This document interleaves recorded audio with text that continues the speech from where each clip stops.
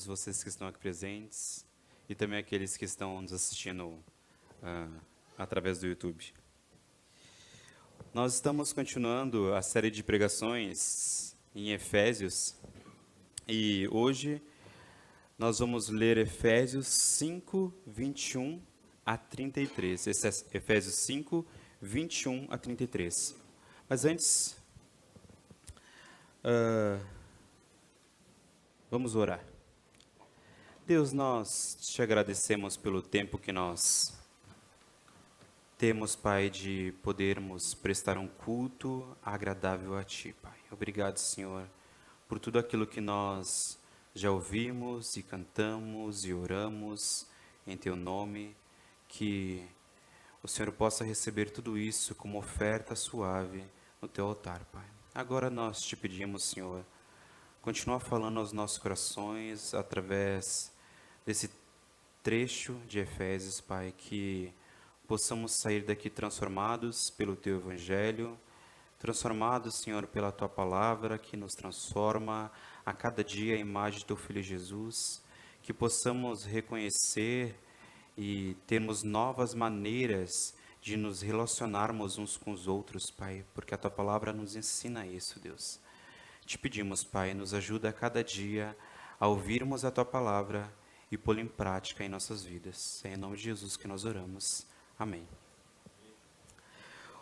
O texto é em Efésios 5, 21 a 33.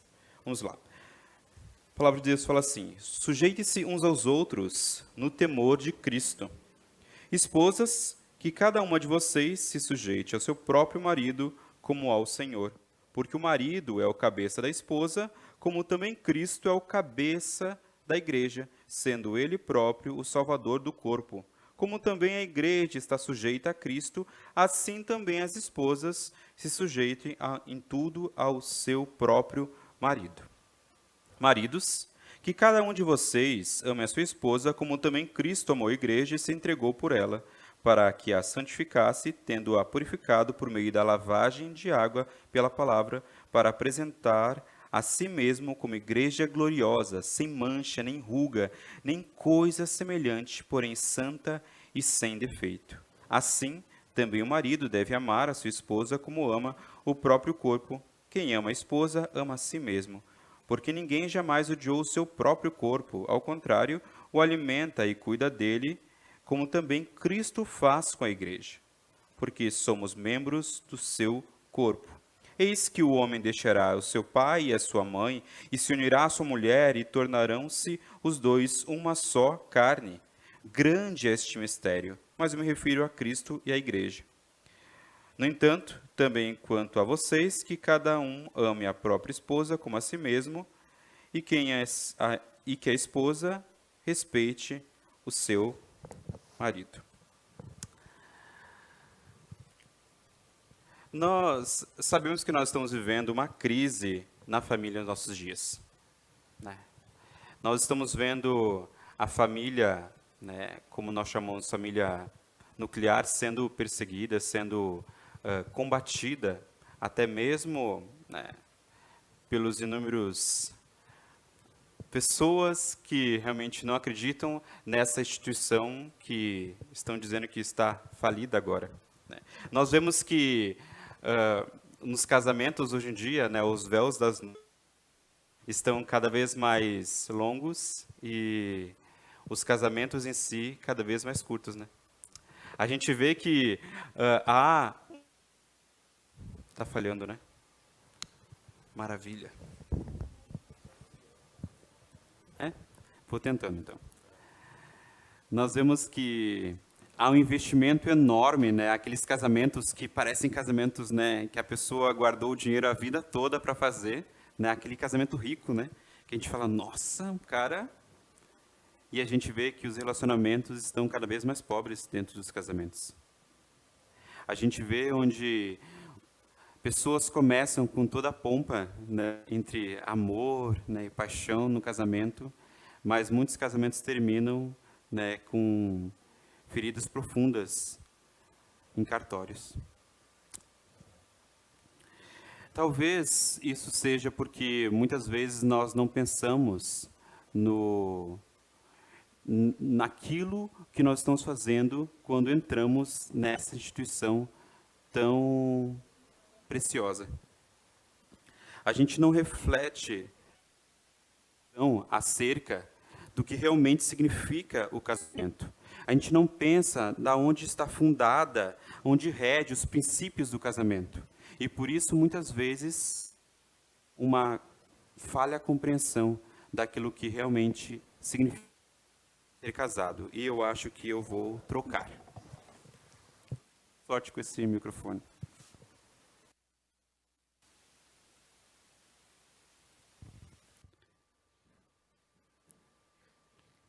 Ei, som, testando som, agora sim. Pronto. Paulo, ele nos trechos que nós lemos até agora, ele começou a falar sobre os novos padrões que Deus esperava dessa nova sociedade que ele havia formado.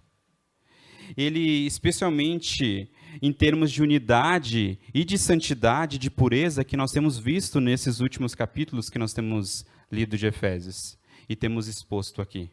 Nós temos visto que Paulo, ele está realmente formando, né, mostrando como é realmente a vida dessa nova sociedade, dessa nova humanidade que Deus está formando para si. E no versículo 21, que é uma última frase de um trecho longo no qual Paulo descreve as características de uma pessoa cheia do Espírito Santo, que vimos semana passada. É a última característica: sujeitai-vos uns aos outros no temor de Cristo.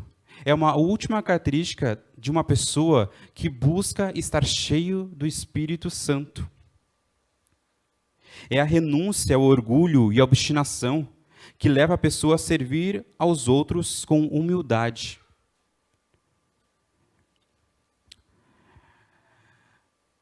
Paulo fala dos deveres agora das esposas e dos maridos.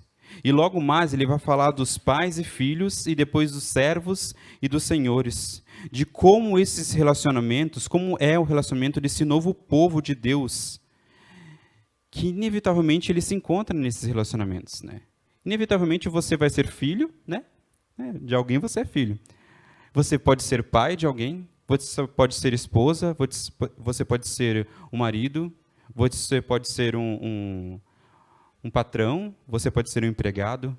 E Paulo está dizendo como são realmente os relacionamentos de uma pessoa que está cheia do Espírito Santo. Elas devem se sujeitar uns aos outros no temor de Cristo. Mas Paulo, ele declara que tudo o que ele dirá em seguida a respeito do casamento, da família ou do trabalho, parte do pressuposto, então, de que essas pessoas estão cheias do Espírito Santo, ou que buscam estar cheias do Espírito Santo. Ele não está falando para o não cristão. Ele não está falando para o ímpio, ele está falando para pessoas que buscam estar cheias do Espírito Santo. Então, essas palavras que nós vamos falar aqui, essa semana, na próxima e na outra, não diz respeito, né, a maridos e esposas ímpias. Não diz respeito a filhos e pais ímpios. Não diz respeito a servos e senhores ímpios. Diz respeito a cristãos, a pessoas que buscam estar cheios do Espírito Santo. E como elas devem realmente buscar estar cheias do Espírito Santo. A última parte é sujeitando uns aos outros no temor de Cristo. E agora, Paulo ele sai desse sentido mais amplo e vai para algo mais específico. Agora ele vai focar no casamento, no marido e na esposa. Sujeitando-se uns aos outros no temor de Cristo. A nossa noção de submissão, ou a noção de submissão, está fora de moda hoje, né? Na verdade, há muito tempo, né, ela já está fora de moda, mas hoje em dia, principalmente, quando a gente fala sobre submissão, a gente realmente está tocando em algo extremamente delicado, né? Poucas questões despertam mais protestos irados do que falar sobre sujeição, sobre submissão. Nossa era é uma era de liberdade, uma era de realmente onde não há disciplina. E quando a gente vai falar sobre submissão, nós sabemos que nós vamos ter realmente um ressentimento, nós vamos ter realmente uma forte oposição e até mesmo um combate contra, né, a submissão e a sujeição. Mas Paulo ele está falando que isso não diz respeito somente às esposas. Ele está dizendo que isso diz respeito a todos os nossos relacionamentos. Tanto esposas quanto maridos, quanto filhos e pais, quanto senhores e servos. Quanto na igreja, onde nós já vimos até agora isso. E como nós, como cristãos, precisamos ver isso? Paulo ele fala que nós não devemos fugir, né, de se sujeitar uns aos outros. Nós devemos buscar se sujeitar uns aos outros no temor de Cristo. E onde reina o amor, aí também reina, aí também estão a prestação de serviços mútuos uns para os outros. Nem mesmo os reis e governantes são exceções. A sua autoridade é exercida para serviço da comunidade. Ou, no caso, deveriam ser, né? Não quer dizer que eles estejam fazendo isso de fato.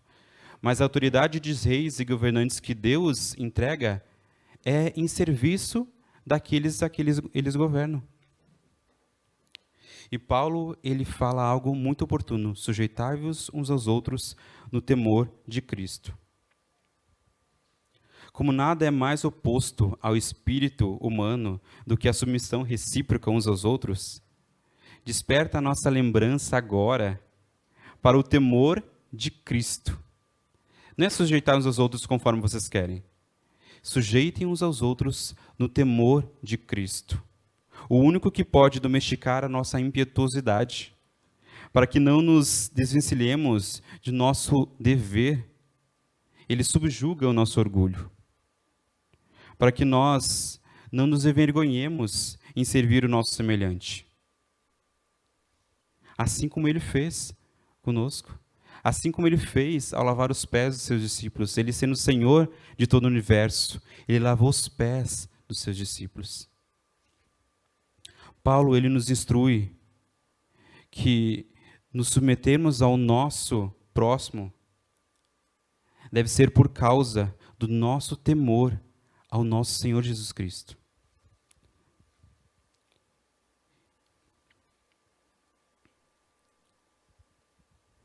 E ele começa falando agora sobre os deveres, tanto das esposas quanto dos maridos.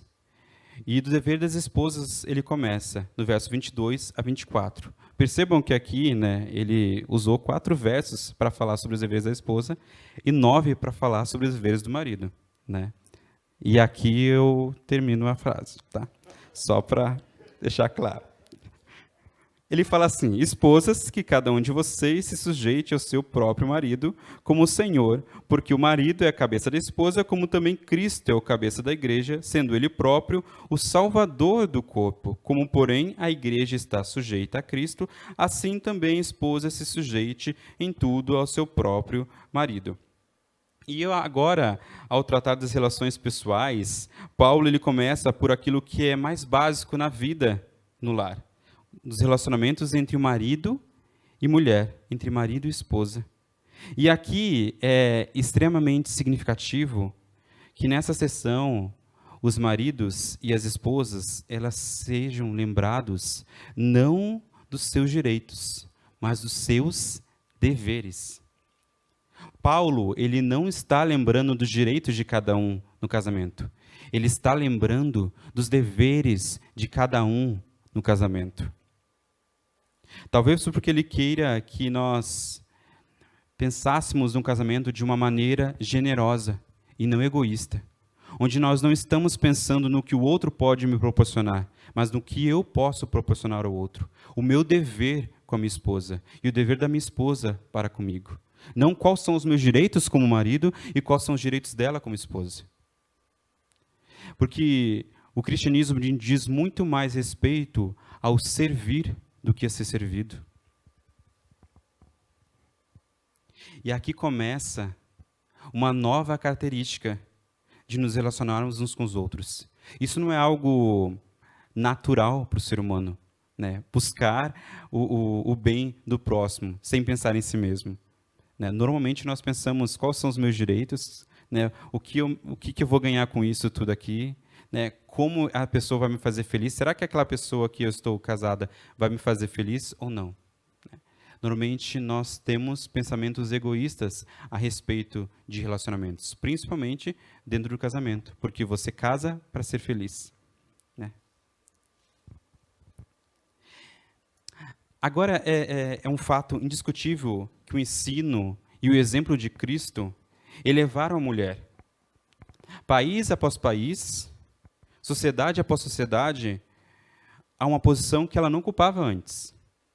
Nós vemos que Jesus, ele mostrou para as pessoas que estavam à sua volta, a sociedade ali, que a mulher tinha a mesma dignidade que o homem. Em muitas das grandes religiões, até mesmo no judaísmo ou no islamismo, a mulher ocupa um lugar muito inferior ao do homem. Mas o Novo Testamento, ele enfatiza que o homem e a mulher possuem uma perfeita igualdade espiritual.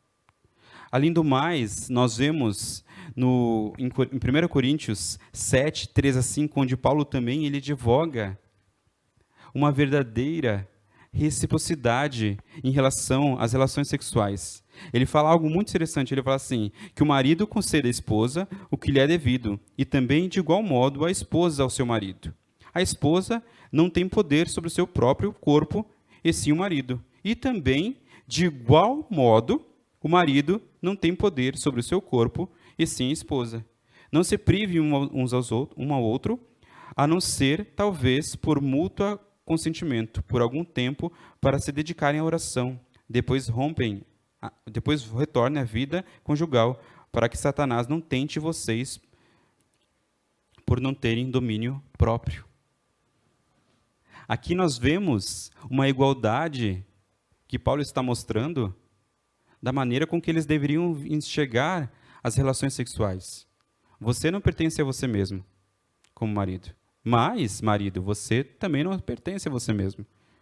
A esposa não pertence a ela e você não pertence a você. No casamento, você pertence a sua esposa e a sua esposa pertence a você.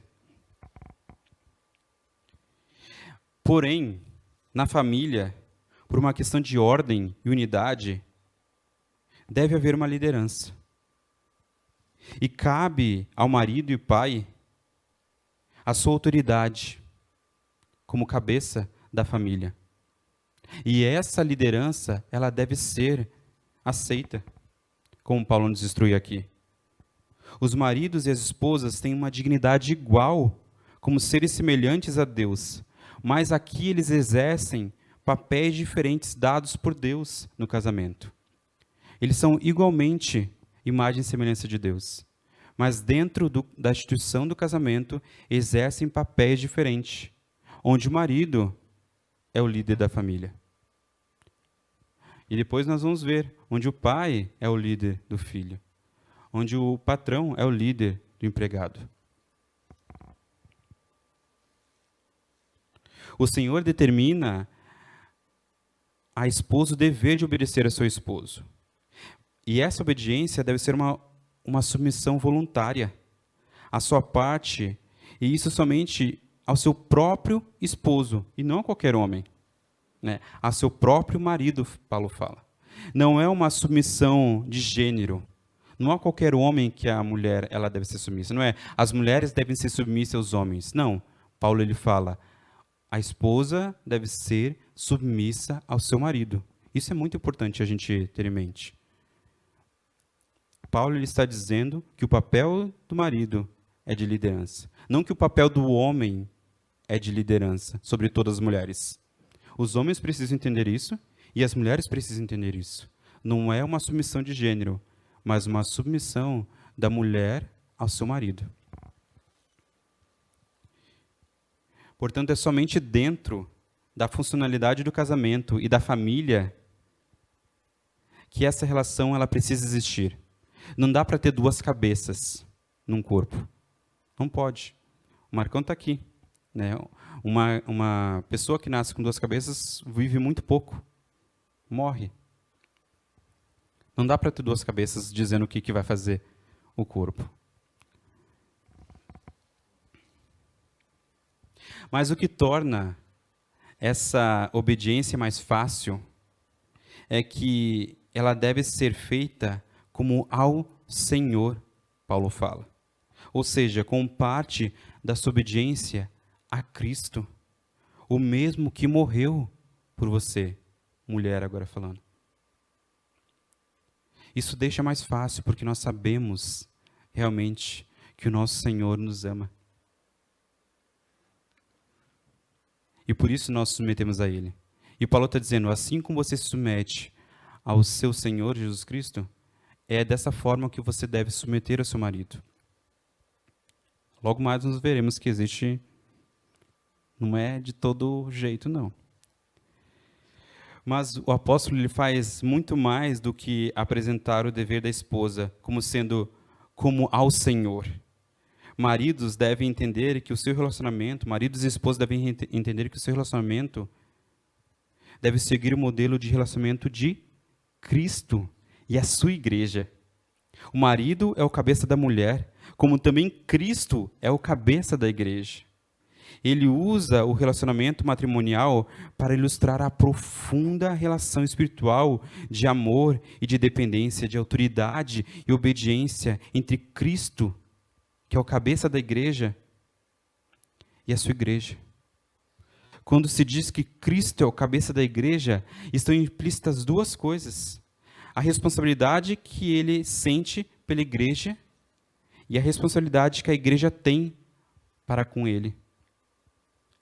Cristo, ele tem uma responsabilidade com a sua igreja. E ele vai fazer com que a sua igreja seja apresentada a si como uma igreja pura, sem mancha nem mácula, mas gloriosa naquele dia quando ele voltar. Essa é a responsabilidade dele para com a sua igreja. E a responsabilidade da igreja é obedecer a Cristo. Seguir os seus mandamentos, seguir os seus passos.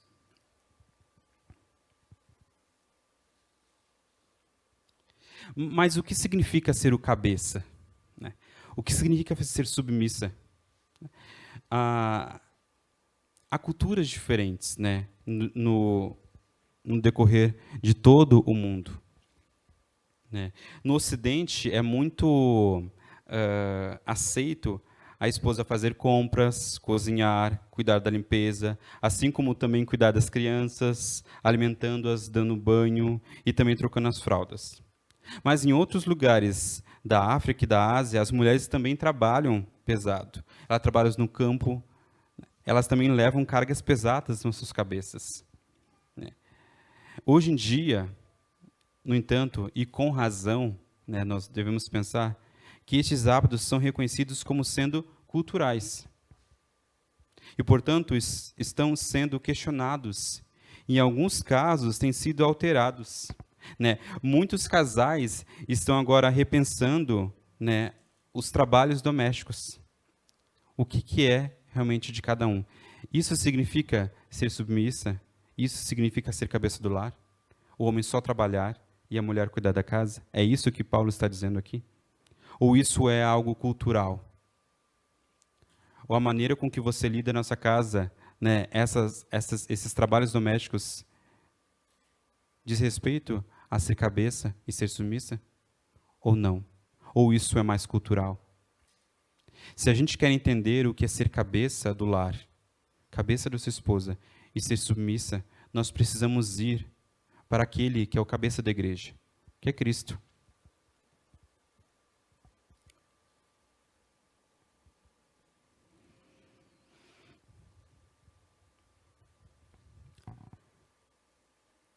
Ele é o contexto em que Paulo emprega e desenvolve as palavras cabeça e submissão. É de Cristo como cabeça que o corpo deriva a sua saúde, que o corpo deriva a sua direção, que o corpo deriva o crescer em maturidade. A sua supremacia expressa o cuidado, tanto como o controle. expressa a responsabilidade com o corpo, tanto quanto o domínio.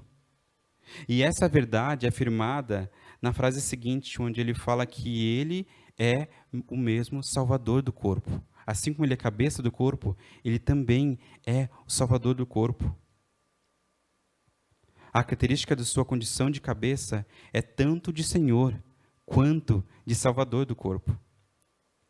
E nós podemos pensar aqui que a preocupação sacrificial do Senhor pela salvação da igreja deve encontrar um paralelo também, mesmo que de um modo inferior, no amor e na preocupação sacrificial do marido com a sua esposa. Ele é a sua cabeça no sentido de estar virtualmente interessado no cuidado e no bem-estar da sua esposa. Uma cabeça saudável nunca fará nada de mal para o corpo.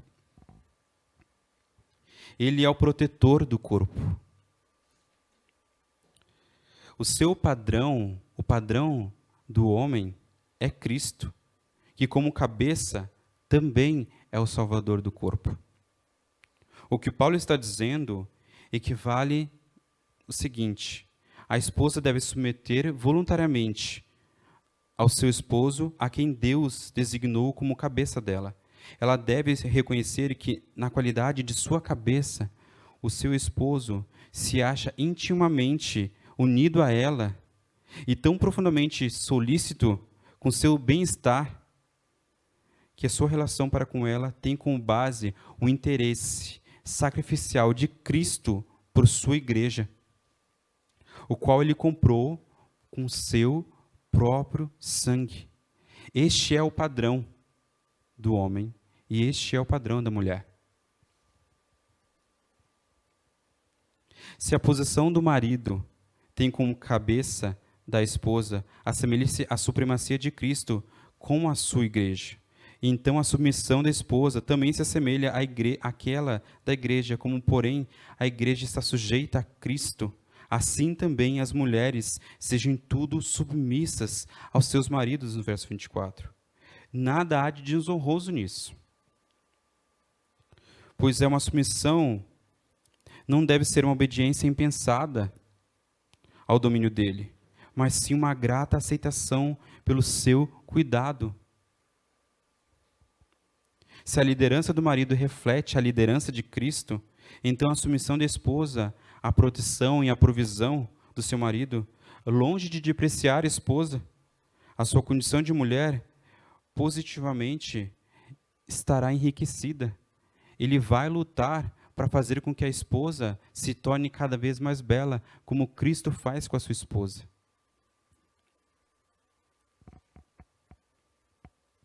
A submissão da igreja a Cristo é uma submissão voluntária, é uma submissão devotada, é uma submissão sincera, entusiasmática, é uma submissão motivada não só pela convicção de que é bom e justo, porque Deus exige isso de nós, mas também porque um amor em resposta ao amor de Cristo.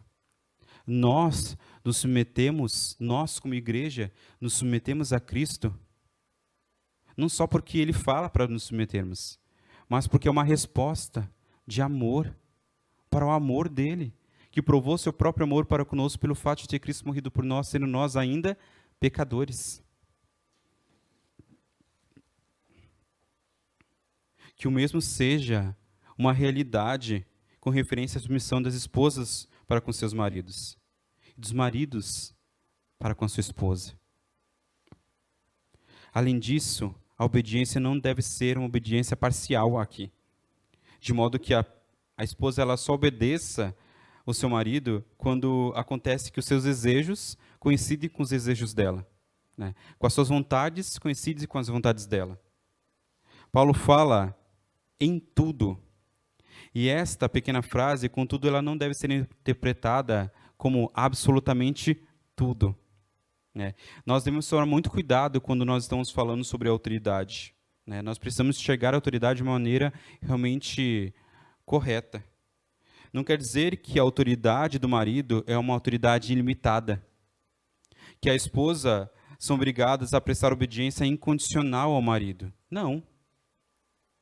A submissão exigida é a autoridade que Deus delega aos seres humanos.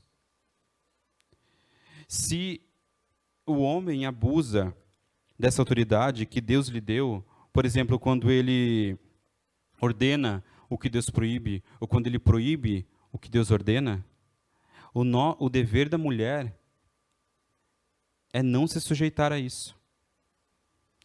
Assim como Pedro, ele fala diante do Sinédrio, antes importa obedecer a Deus do que aos homens.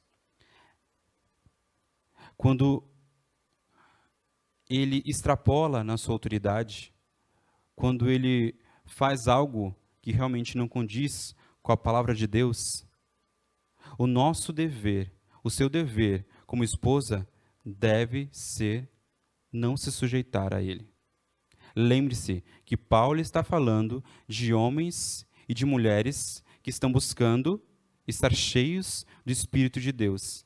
Ele não está falando de homens ímpios. Ele não está falando isso. Até porque uma mulher cristã não deveria casar com um homem ímpio. E um homem ímpio, né? E um homem cristão não deveria casar com uma mulher ímpia. Este é o nosso padrão. Mas isso é uma outra pregação, né? Senão a gente não sai daqui hoje. Mas isto é uma exceção.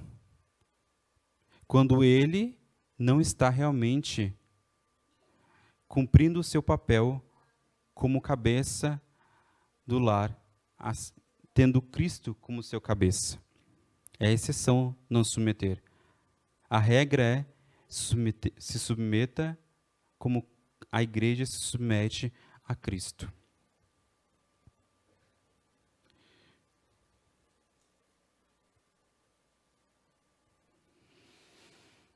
E agora Paulo. Mas antes eu queria antes de entrar na questão dos maridos, eu queria falar aos solteiros que estão aqui, ou os solteiros que estão nos assistindo. Quando a gente pensa na esposa, né, na futura esposa, na futura mulher, nós precisamos ter em mente que ela deverá ser assim. E a pergunta que eu faço a você é: a sua namorada, a sua noiva, ela se submete a Cristo? A pessoa que você busca tem como característica a submissão a Cristo? Porque se ela não se submete a Cristo, ela não vai se submeter a você. Essa é a regra que Paulo está dizendo. A mesma proporção que ela submete a Cristo é a proporção que ela vai se submeter a você, como ao Senhor. Então, se você está buscando uma esposa, tenha como uma das características principais ela ser uma pessoa que realmente busca fazer a vontade de Cristo Jesus. Muitas vezes nós não paramos para pensar nisso. Mas ela é uma pessoa boazinha. Ela é bonita. Olha só como ela é prendada. A gente não pensa, né? E a gente pensa, né? O marido, assim como, no caso, as meninas, elas pensam que isso pode mudar no casamento, né? Isso pode mudar, pode ser que ela realmente decida se submeter.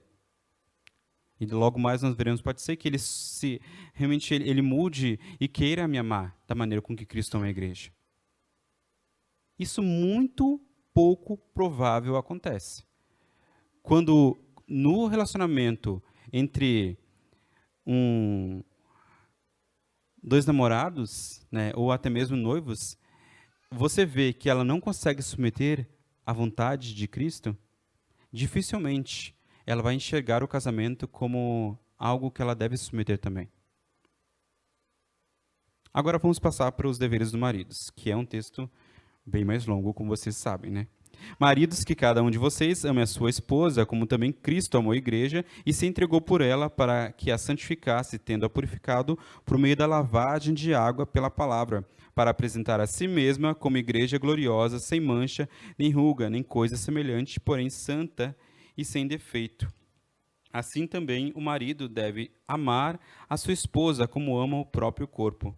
Quem ama A esposa ama a si mesma, porque ninguém jamais odiou o seu próprio corpo. Ao contrário, o alimenta e cuida dele, como também Cristo faz com a igreja, porque somos membros do seu corpo. Eis que o homem deixará pai e mãe, e se unirá à sua mulher, e se tornarão uma só carne. Grande é este mistério, mas eu me refiro a Cristo e à igreja.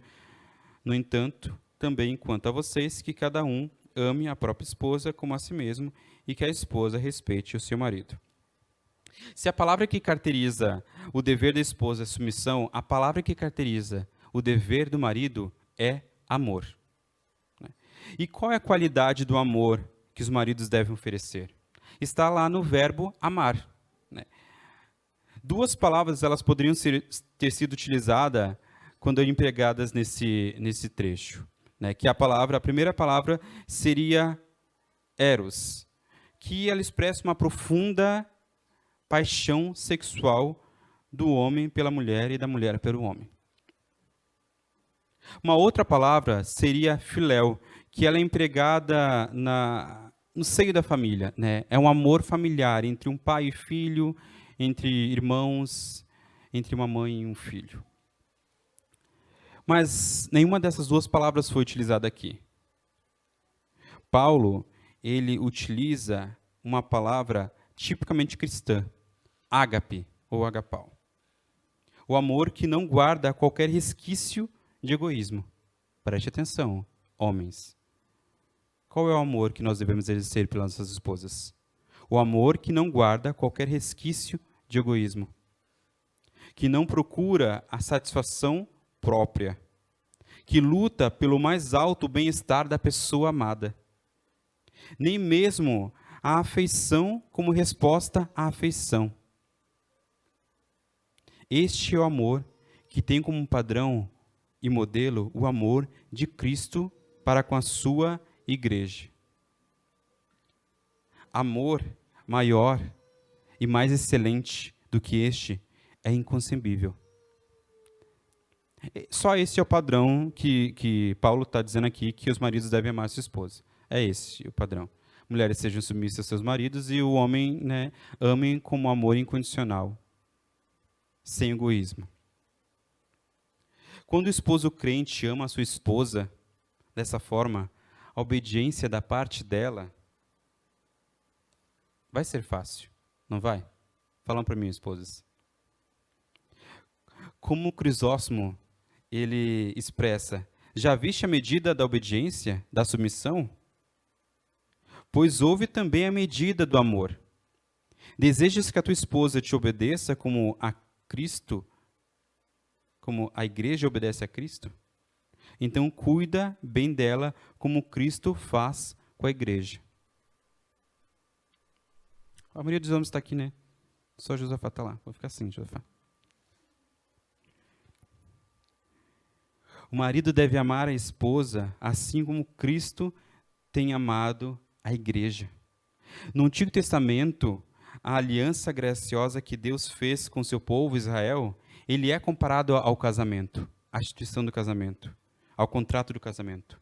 Jesus, ele adotou esse ensino e ele se chamava de noivo.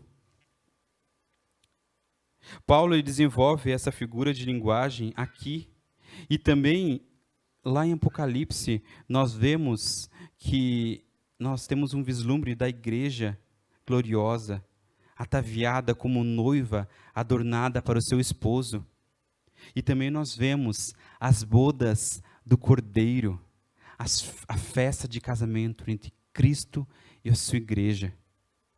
Isso é algo que nós precisamos pensar. A relação de Cristo com a sua igreja é apresentada como um casamento. Então, um casamento é como se fosse uma sombra da relação de Cristo com a sua igreja. E é isso que Paulo está falando aqui, desde a parte das esposas quanto a parte dos maridos. É este amor que os maridos devem imitar. As palavras Cristo amou a igreja, que antecedem o sacrifício de si mesmo em prol dela, elas parecem nos lembrar também da preexistência, onde Deus nos amou. E Ele veio aqui, se fez carne e habitou entre nós para salvar a sua igreja. Deste modo, tendo amado a igreja, a si mesmo se entregou por ela. Isso diz respeito aqui ao seu sacrifício na cruz. Um amor sacrificial, onde Cristo demonstrou seu amor, morrendo na cruz por nós, pela sua igreja.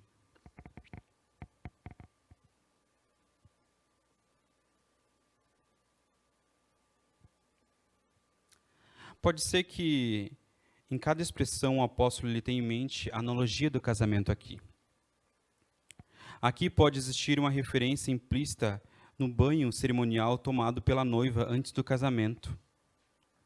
Há também um costume judaico de que pode ser encontrado naqueles dias, pelo qual, ao dar aliança, o noivo dizia: olha, tu és santificada para mim. Ou, em outras palavras, tu és separada para mim.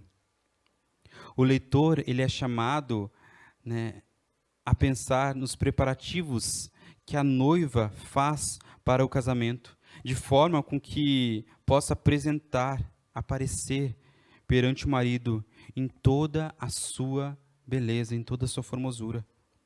Ela quer ser vista como amável e gloriosa diante de seu marido, sem mácula, nem ruga, nem coisa semelhante. E é assim que a igreja deve procurar se apresentar perante o noivo celeste, Cristo Jesus. Mas a diferença aqui de um casamento comum, de uma preparação comum de uma noiva, é que ela nada pode fazer para parecer bela aos olhos do seu Senhor. Pois tudo isto é obra dele. Ele quem deve apresentar a igreja a si mesmo como igreja gloriosa. Ele que purifica, ele que santifica a igreja. Ele que, por seu sangue derramado na cruz, lava a sua igreja dos pecados e purifica ela. Ela apenas pode ficar sem mácula, nem ruga, nem manchas de pecado e sem decadência de idade através daquilo que é efetuado pela sua obra santificadora e renovadora. O amor dos maridos para com as suas esposas tem como modelo o amor de Cristo para com a igreja dele. O amor de Cristo e o seu desejo por sua igreja são retratados na preparação de uma noiva para o seu marido. Agora, ele prossegue dizendo: assim também os maridos devem amar as suas esposas, as suas mulheres. Embora não haja um paralelo na aplicação dos versículos 25, 26 e 27, onde há a purificação, a santificação, a obra de Cristo por sua igreja, ainda assim parece inevitável a ideia de que, mesmo em um nível incomparavelmente inferior, o marido deve amar a sua esposa, não apenas por causa da beleza que nela se encontra, mas por toda a beleza que ainda estará nela. Cristo vê a igreja com todas as suas fraquezas, com todas as suas falhas, e ainda assim ama como seu próprio corpo, e procura a sua verdadeira santificação. Procura com que a igreja se torne cada vez mais santa, sem ruga, sem mácula, e o trabalho dele é que isso aconteça. Paulo está dizendo que assim deve ser o amor do marido para com sua esposa. Ele deve trabalhar para que a sua esposa cresça a cada dia em beleza, e não só da beleza física, mas numa beleza espiritual, uma beleza emocional. Se o casamento está fazendo mais mal para sua esposa do que ela estando solteira, você está fazendo um papel extremamente errado como marido. A sua esposa, ela deve estar cada vez melhor pela sua companhia. O marido, ele é responsável pela vida espiritual da sua esposa. Vou repetir aqui. O marido, ele é responsável pela vida espiritual da sua esposa, assim como a dos filhos. Ele é o sacerdote do lar. Ele é o sacerdote do lar. Ele é o cabeça da sua esposa e, consequentemente, dos seus filhos. É ele. Assim como Cristo, ele tem uma responsabilidade espiritual sobre a sua igreja e não vai deixar com que isso não aconteça, mas o bom trabalho que ele começou em nós irá terminar até a volta de Cristo Jesus. Assim também, o marido, ele tem uma tarefa espiritual com a sua esposa. Como nós temos exercido essa influência espiritual sobre nossas esposas?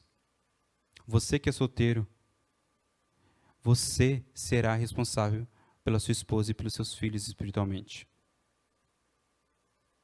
Você deve buscar a santidade dela.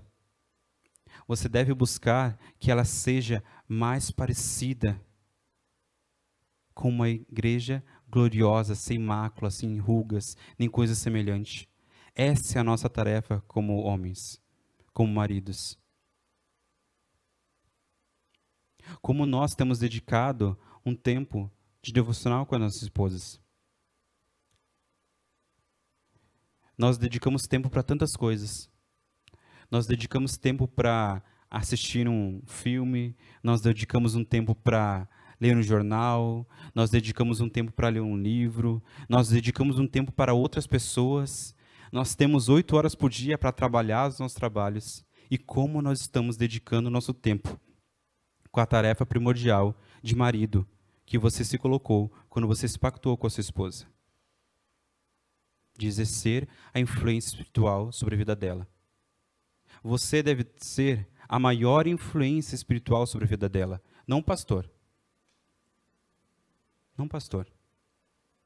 Nenhum de nós 3 aqui deve ser mais influente na vida de suas esposas do que você.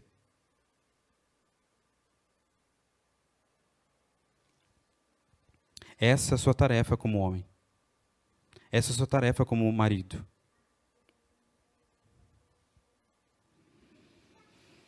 O marido, ele deve amar a sua esposa como Cristo amou a igreja. O marido, ele deve alimentar e cuidar da sua esposa, assim como ele faz com seu próprio corpo. Como eu disse, um corpo, uma cabeça saudável, sempre vai lutar para o bem-estar do seu corpo.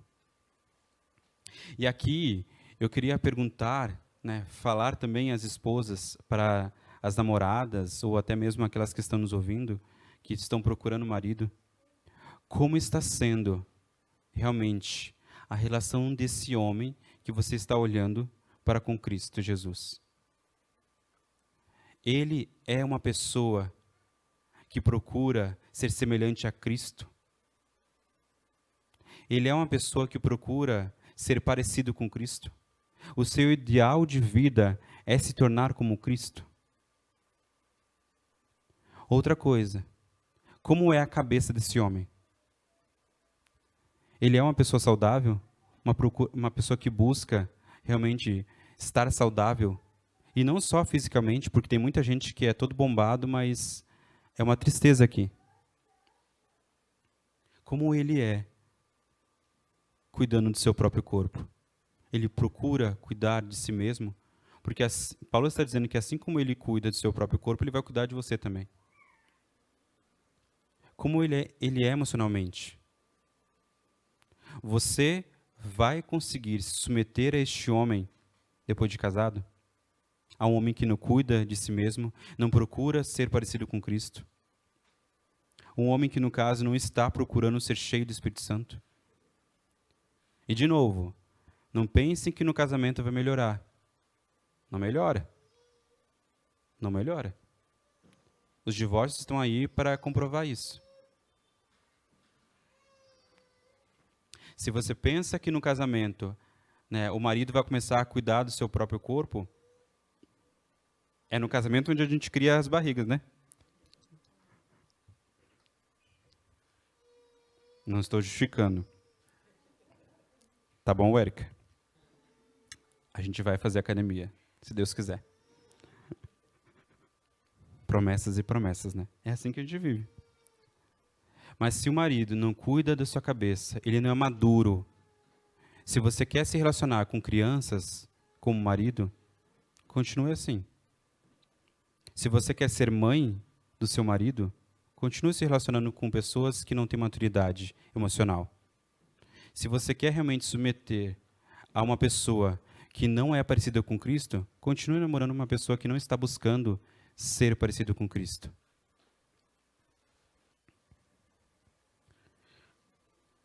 Porque assim como Cristo amou a igreja, assim deve ser o amor dele com a sua esposa. Mas o marido só vai conseguir fazer isso se ele realmente for parecido com seu Senhor. E Paulo agora, finalmente, ele vai para o versículo 31, onde aparece a referência de Gênesis 2, 24, que esteve influenciando todo o pensamento de Paulo até agora. E esta afirmativa no relato da criação é a mais profunda e fundamental que é feita em toda a Escritura com respeito ao plano de Deus para o casamento.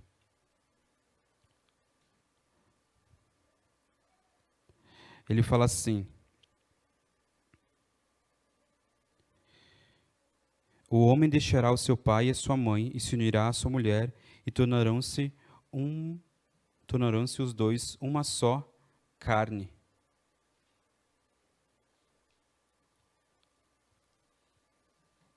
Foi o principal baluarte, esse texto, da igreja contra os argumentos em favor da permanência da poligamia na sociedade. É o principal argumento contra a promiscuidade. É a principal razão contra ser aprovada pela igreja a dissolução do casamento pelo divórcio. Quando nosso Senhor Jesus Cristo foi indagado a respeito da permissão legal a respeito do divórcio, ele não cria um outro argumento. Ele vai para esse texto. Ele diz que o divórcio não é a regra, é a exceção por causa do coração duro dos homens. O homem pode se divorciar, a mulher pode se divorciar por dois motivos. Por infidelidade e por abandono no lar. Mas tudo isso, Jesus ele mesmo fala, por causa do coração duro dos homens que não conseguem perdoar.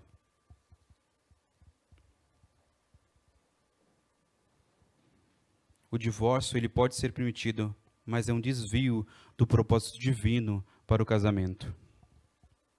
O Senhor não deu um novo ensinamento a respeito do assunto. Ele utilizou o mesmo texto para explicar a respeito do divórcio. Antes do casamento, o homem e a mulher, ele tem seus laços mais íntimos com seus pais. E eles devem a maior obrigação para com seus pais. Agora, os novos laços e a obrigação que o casamento acarreta transcende esses velhos laços. O dever filial não cessa, você ainda é filho e ainda deve honrar seu pai e sua mãe. Mas agora, a sua responsabilidade, o seu dever está para a sua esposa, o seu dever está para o seu marido. Não está mais pelos seus pais.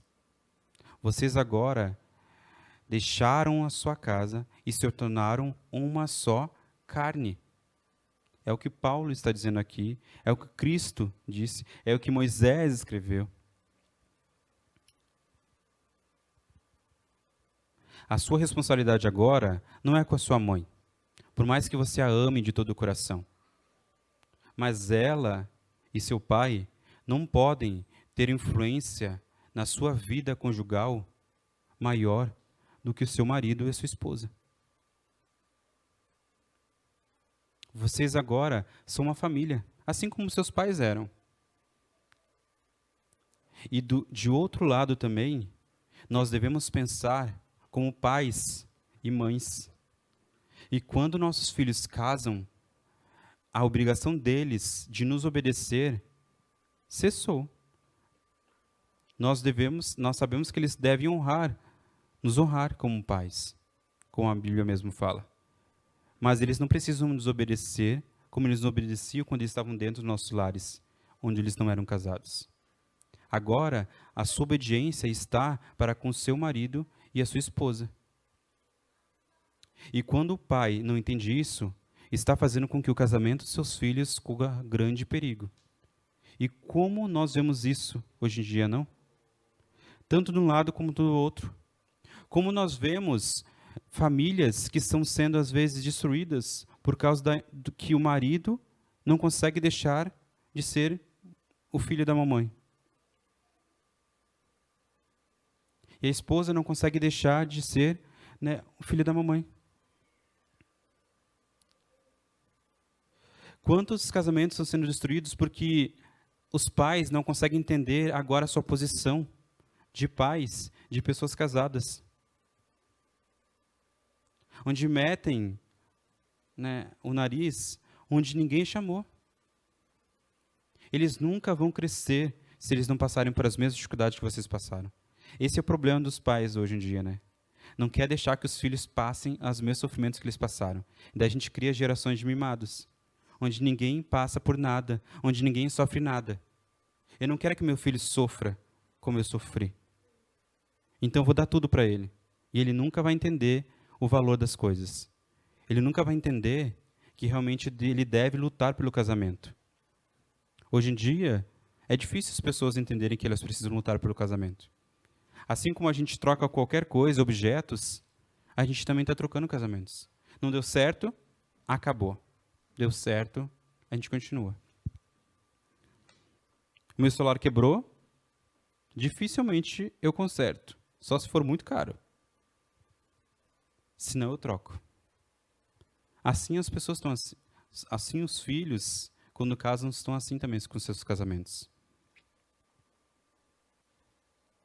Grande é este mistério. Ou, em outras palavras, a verdade que se encontra aqui escondida, mas revelada em Cristo, é maravilhosa. Eu me refiro a Cristo e a igreja, Paulo fala. Os dois juntos tornam-se um. A posição do marido como cabeça e o seu dever de amor sacrificial e devotado para com sua esposa não passam de ilustrações imperfeitas, embora sejam as melhores que esta vida pode oferecer, de Cristo como cabeça do seu amor, sacrifício e preocupação pela sua igreja. A dependência que a sua esposa tem do marido e o dever de ser submissa são a figura de como a igreja deve viver e agir com seu divino Senhor. Este é o mistério que o pastor está falando aqui. Que a igreja, o casamento é uma representação do relacionamento entre Cristo e a igreja. Que mistério glorioso. Que coisa maravilhosa. Você já parou para pensar nisso? Quando você vai pensar sobre o casamento, nas sessões de livros, né, normalmente a gente vai buscar na ética cristã quando a gente quer saber sobre casamento. O que Paulo está dizendo aqui é que não. Você precisa conhecer o Evangelho para você entender realmente sobre o casamento. Porque o casamento ele diz respeito ao Evangelho, em relação entre Cristo e a igreja. É ali onde vocês devem procurar. Para pensar nisso.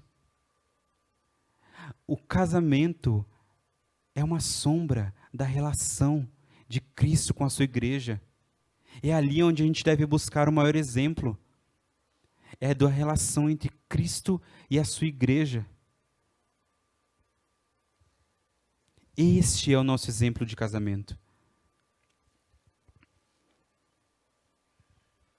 Este é o clímax do argumento de Paulo.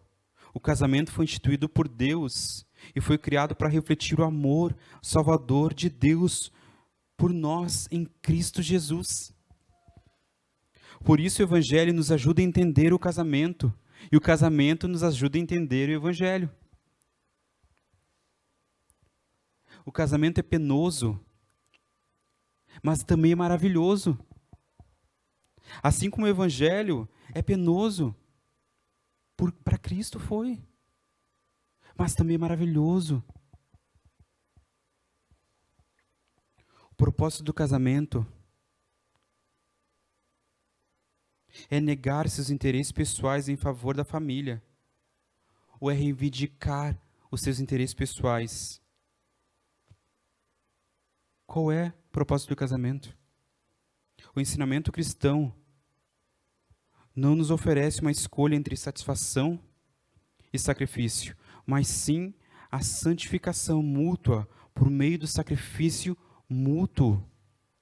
Jesus se entregou, morreu para si mesmo a fim de nos salvar, para que vivêssemos e lhe pertencêssemos. Agora nós nos entregamos, morremos para nós mesmos, primeiro quando nos arrependemos e cremos no Evangelho de Cristo, e em seguida, quando nos sujeitamos à vontade dele a cada dia.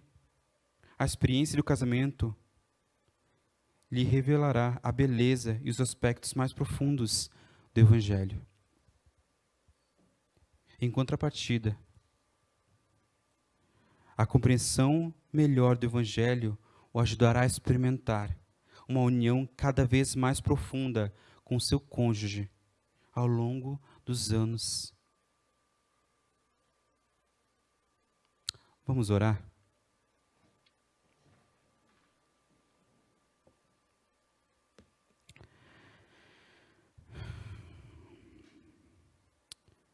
Senhor, diante da Tua palavra, nós precisamos pedir o Teu auxílio, a Tua direção, porque muitas vezes não conseguimos, Pai, nos sujeitar uns aos outros no temor de Cristo. Nos ajuda e nos enche com Teu Espírito para que possamos, Pai, sermos pessoas que se submetem uns aos outros no temor de Cristo. A mulher, Pai, que ela consiga ser submissa ao seu marido como Cristo, como ela é para Cristo, Pai. E o marido que consiga se sujeitar na questão do amor, como Cristo com a sua igreja gloriosa, Pai. Que possamos pensar os nossos deveres acima dos nossos direitos. Que a esposa consiga, Pai, a cada dia ser obediente, ser submissa, com o amor, Pai, que ela sente pelo seu marido, que a ama como Cristo ama a igreja, Senhor. Nos ajuda a sermos, Pai, a entendermos esse relacionamento do casamento como uma sombra gloriosa da sua relação com a sua igreja, Pai. Que tenhamos sempre isso em mente quando pensarmos em casamento, quando pensarmos nas nossas obrigações, nos nossos deveres, que possamos lembrar, Senhor, dos deveres da igreja para com o seu Senhor, dos deveres do seu Senhor para com a sua igreja, Pai. Que o Senhor possa nos ajudar, por Cristo Jesus. Amém.